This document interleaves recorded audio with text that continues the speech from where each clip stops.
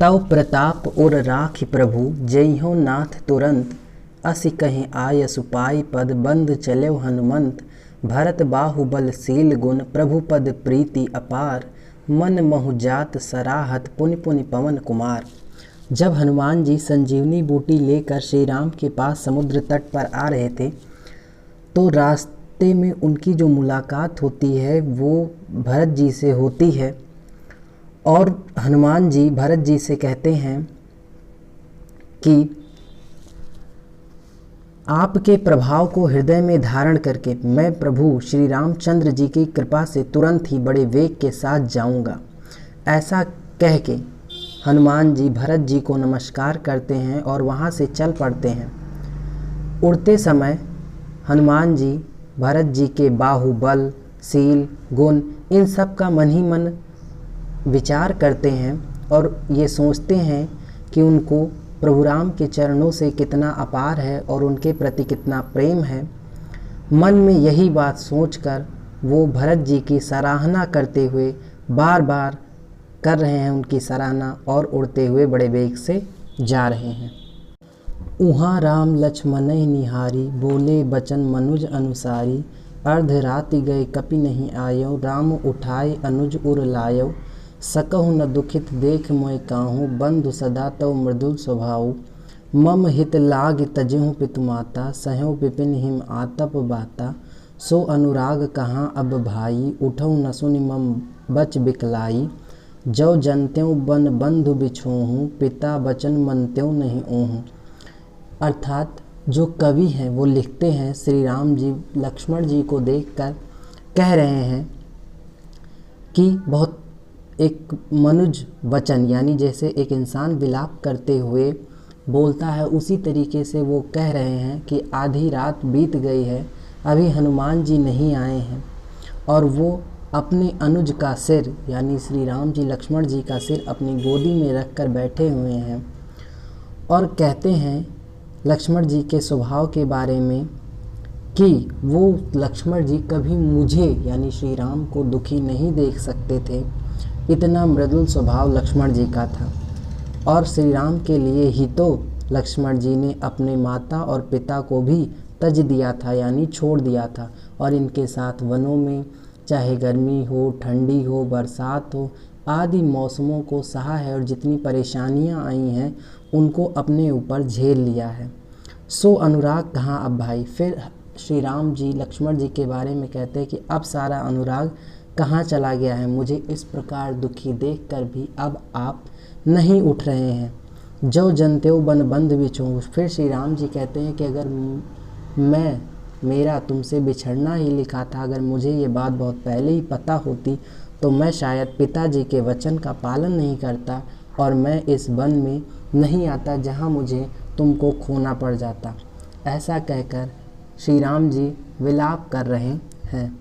श्री राम जी आगे विलाप करते हुए कहते हैं कि सुत बित नारी भवन परिवारा होई है जाहि जग बारह बारा। अर्थात चाहे बेटा हो नारी हो भवन हो परिवार हो ये सब तो इस जग में बार बार मिल जाएंगे। जब हम जन्म लेंगे तो वो मिलेंगे ज़रूर। अस विचार जिय जागहु ताता मिलय न जगत सहोदर भ्राता। हे भाई हे लक्ष्मण इस जगत में सगे भाई नहीं मिलते हैं इस तरीके का भ्राता नहीं मिलेगा। कम से कम ये ख्याल करके तो तुम उठ जाओ। जथा पंख बिन खग अति दीना मन बिन फन कर बर करहीना।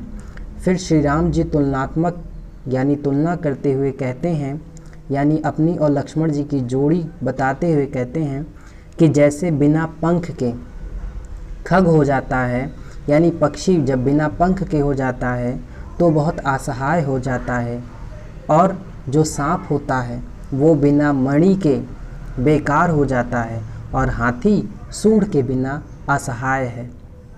असमम जीवन बंधु बिन तोहि जो जड़ देव जियावै मोहि। श्री राम जी कहते हैं कि अगर अब ईश्वर ने मुझे जिंदा रखा जीवित रखा भी तो मैं उसी प्रकार हो जाऊंगा जिस प्रकार ये प्राणी अपने अपने अंगों से वियोग में हो जाते हैं। यानी जो लक्ष्मण जी हैं वो श्री राम जी के एक बहुत ही अभिन्न अंग हैं। जय हो अवध कमन मुहलाई नार हेतु प्रिय भाई गवाई। इसका मतलब श्री राम जी कह रहे हैं कि मैं जब अयोध्या वापस जाऊंगा तो मैं कौन सा मुंह लेकर वापस जाऊंगा जहां पर मुझे लोग कहेंगे कि एक नारी के लिए जिसने अपने भाई को खो दिया, यानी अपने भाई को गंवा दिया। बरु अपजस सहत्यों जग माही, नारी हानि विशेष क्षतिनाई। कहते हैं कि मैं अपनी नारी की हानि तो सह लेता, लेकिन ये हानि कैसे सहूँगा भाई, जब लोग मुझे अपने ही भाई का हत्यारा मान बैठेंगे, यानी मैंने जो खो दिया है उनको मुझे आप आरोपी मान बैठेंगे। अब अपलोक शोक सुत तोरा, सहै निठुर कठोर उर मोरा, निज जननी के एक कुमारा, तात तासु तुम प्राण आधारा। तुलसीदास जी कहते हैं कि रामचंद्र जी लक्ष्मण मूर्छा पर बहुत व्याकुल हैं और अपनी माताओं के बारे में सोच रहे हैं कि जो मेरा वज्र हृदय इस अपयस और तुम्हारे दुख को सहन कैसे करेगा। अपनी माता का जो मैं एक अकेला पुत्र था, लेकिन उसके प्राणों के आधार तुम थे। तात तास तुम प्राण आधारा, मेरे प्राणों के आधार तुम थे। सौंपेस मोह तुम्हि गहि पानी, सब विधि सुखद परम हित जानी, उतरऊँ काह देहूँ तेहि जाई, उठ किन मोह सिखावो भाई। श्री रामचंद्र जी अयोध्या में माताओं का स्मरण करते हुए फिर कह रहे हैं कि सुमित्रा माता जी ने तुम्हारा हाथ पकड़कर मुझे सौंपा था, या जानकर कि मैं सब प्रकार से सुखदाई और बड़ा हितैषी हूँ तुम्हारा, तुम उठकर मुझे यह समझाते क्यों नहीं कि सुमित्रा जी को क्या उत्तर दूंगा जब मैं अवध जाऊंगा, यानी अयोध्या जाऊंगा। बिना लक्ष्मण के श्री रामचंद्र जी अपने आप को अचेतन व लज्जित मान रहे हैं। बहुविधि सोचत सोच विमोचन, सवत सलिल राजीव दल लोचन, उमा एक अखंड रघुराई, नर गति भगत कृपाल दिखाई। अंतिम दोहे में महादेव जी पार्वती से इसे कहते हैं कि सोच को छुड़ाने वाले प्रभु स्वतः नाना प्रकार सोच रहे थे और अपने कमल पत्र के समान तेज व सुंदर नेत्रों से आंसू बहा रहे थे। हे पार्वती, श्री रामचंद्र जी तो पूर्ण है, अद्वैत हैं। इस सारी लीला से उन दयालु ने तो अपने भक्तों को मनुष्य की दशा दिखाई है। तुलसीदास जी कहते हैं कि श्री रामचंद्र जी राम विलाप में एक साधारण दुखद व व्याकुल हृदय वाले मनुष्य की छवि प्रस्तुत करते हैं, जो अपने भाई के शोक में भावुकता में बहकर साधारण मनुष्य की तरह विलाप कर रहा है। प्रभु प्रलाप सुनिकान बिकल भये, बानर निकर आए गए हनुमान जिम, करुणा महावीर रस। जब श्री राम जी इस प्रकार से बहुत देर से विलाप कर रहे थे तो उनका विलाप देखकर वहाँ पर उपस्थित सभी जानवर, जो बानर और भालू उपस्थित थे, वो दुखी हो जाते हैं, उनके मन में निराशा छा जाती है। लेकिन जैसे ही हनुमान जी को आते हुए लोग देखते हैं तो ऐसा वहाँ पर दृश्य प्रस्तुत होता है कि जैसे वहाँ जो करुणा थी उसमें अब वीर रस आ गया हो, यानी वीरता आ गई हो। हरसि राम भेट्यो हनुमाना, अति कृतज्ञ प्रभु परम सुजाना।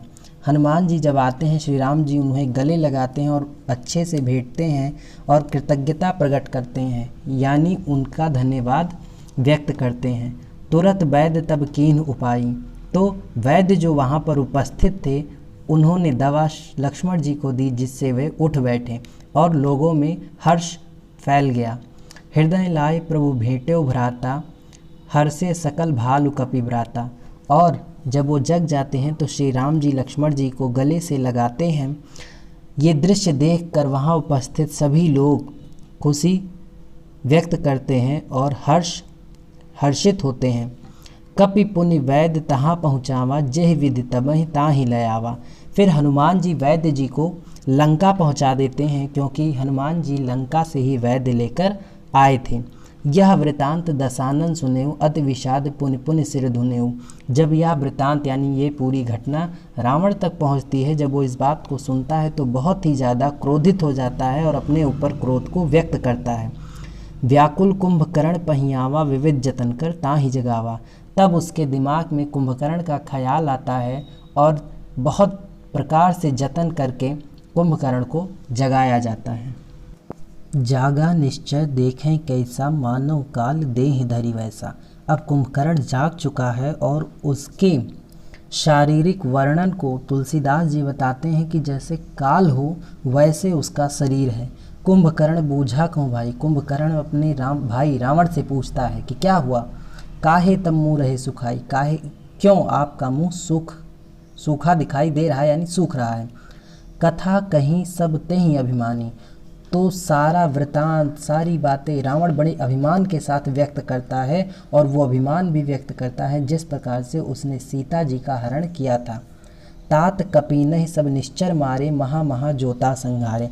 फिर वो बताता है कि हे भाई, उन्होंने बहुत से निशाचरों को मार डाला है, हमारे बहुत योद्धाओं को भी मार डाला है।